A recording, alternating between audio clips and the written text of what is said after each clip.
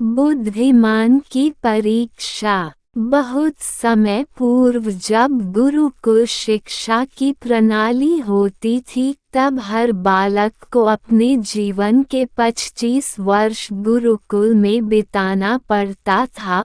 उस समय एक प्रचंड पंडित राधे गुप्त हुआ करते थे, जिनका गुरुकुल बहुत प्रसिद्ध था, जहां दूर दूर के राज्य के शिष्य शिक्षा प्राप्त करने आया करते थे। बात उन दिनों की है जब राधे गुप्त की उम्र ढलने लगी थी और उसकी पत्नी का देहांत हो चुका था। घर में विवाह योग्य एक कन्या थी। राधे गुप्त को हर समय उसकी चिंता सताती रहती थी। वो उसका विवाह एक योग्य व्यक्ति से करना चाहते थे, जिसके पास संपत्ति भले न हो पर वह कर्मठ हो, जो किन्हीं भी परिस्थिति में उसकी बेटी को खुश रखे और उचित समय पर उचित निर्णय ले सके। एक दिन उनके मस्तिष्क में एक ख्याल आया और उन्होंने इस परेशानी का हल सोचा कि क्यों न वो अपने खुद के शिष्यों में से ही योग्य वर की तलाश करे। उनसे बेहतर उनकी बेटी के लिए और क्या हो सकता है।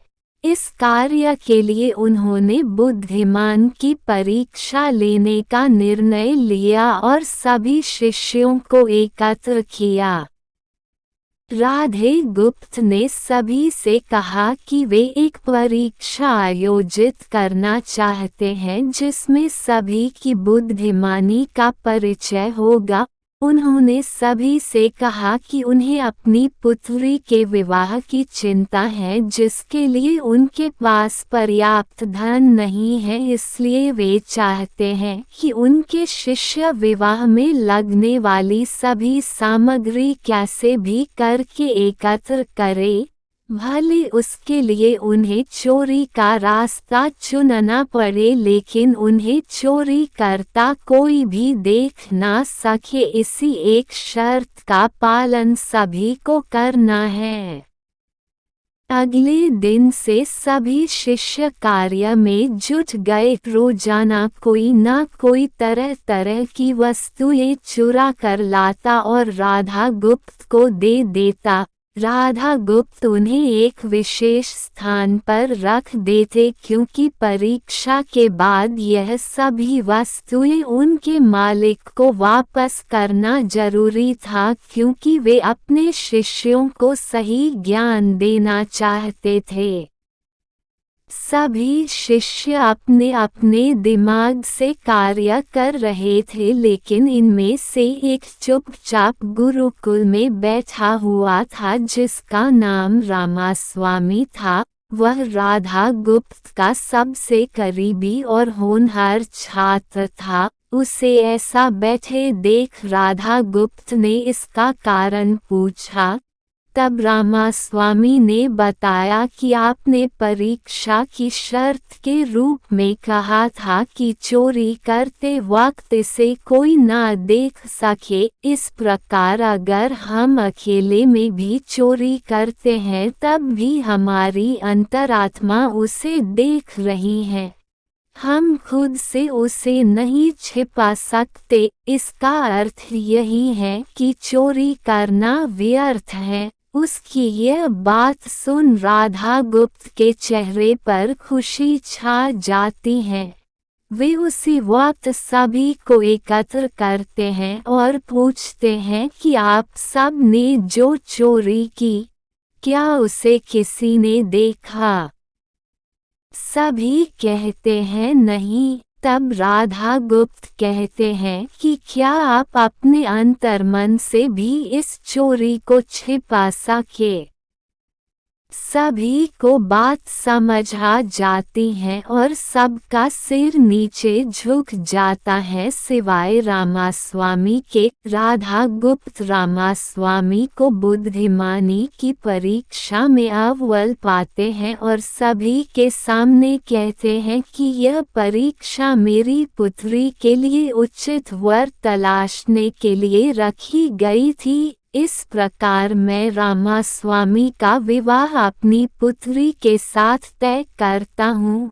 सभी खुशी से झूम उठते हैं, साथ ही चुराई हुई हर एक वस्तु को उसके मालिक को सौंप विनम्रता से सभी से क्षमा मांगते हैं। कहानी की शिक्षा। बुद्धिमानी की परीक्षा से यही शिक्षा मिलती है कि कोई भी कार्य अंतर्मन से छिपा नहीं रहता और अंतर्मन ही मनुष्य को सही राह दिखाता है। इसलिए मनुष्य को किसी भी कार्य के सही गलत के लिए अपने मन को टटोलना सबसे जरूरी है। आज मनुष्य ने अंतरात्मा की आवाज़ सुनना बंद कर दिया है, इसलिए ही वो गलत रास्ते पर जा रहा है। हमारी अंतरात्मा कभी हमें गलत राह नहीं दिखाती। यह जरूर है कि मन की आवाज़ हमें वो करने की सलाह देती है जिसे दिमाग कभी स्वीकार नहीं करता, क्योंकि दिमाग सदैव स्वहित में कार्य करता है और मन हमें सही और गलत का परिचय करवाता है। यह सही गलत का परिचय ही हमें सदैव बुराई से दूर रखता है। किसी भी कार्य के पहले हमें मन की आवाज़ जरूर सुनना चाहिए। इस परीक्षा के जरिए राधा गुप्त ने अपनी पुत्री के लिए एक उचित वर भी तलाश लिया और शिष्यों को जीवन का अमूल्य ज्ञान दिया। आज के वक्त में कोई भी शिक्षक एवं शिक्षण पद्धति मनुष्य को धन कमाने तक का ही ज्ञान देते हैं। एक बालक का सर्वांगीण विकास कहीं न कहीं लुप्त हो चुका है। आज का मनुष्य केवल बड़े होकर एक धनवान व्यक्ति बनने का ही ज्ञान विद्यालयों में लेता है। उस बालक को सही गलत का बोध कराने का दायित्व कोई भी नहीं लेता, क्योंकि उनके माता पिता भी आज के दौर में बस पैसा कमाने में लगे रहते हैं और शिक्षक भी केवल किताबी ज्ञान देकर अपने दायित्व से मुख मोड़ लेता है। ऐसे में यह छोटी छोटी कहानियाँ व्यक्ति को सही गलत सिखाने में अहम भूमिका निभाती है, लेकिन आजकल इसके लिए भी वक्त मिलना मुश्किल है।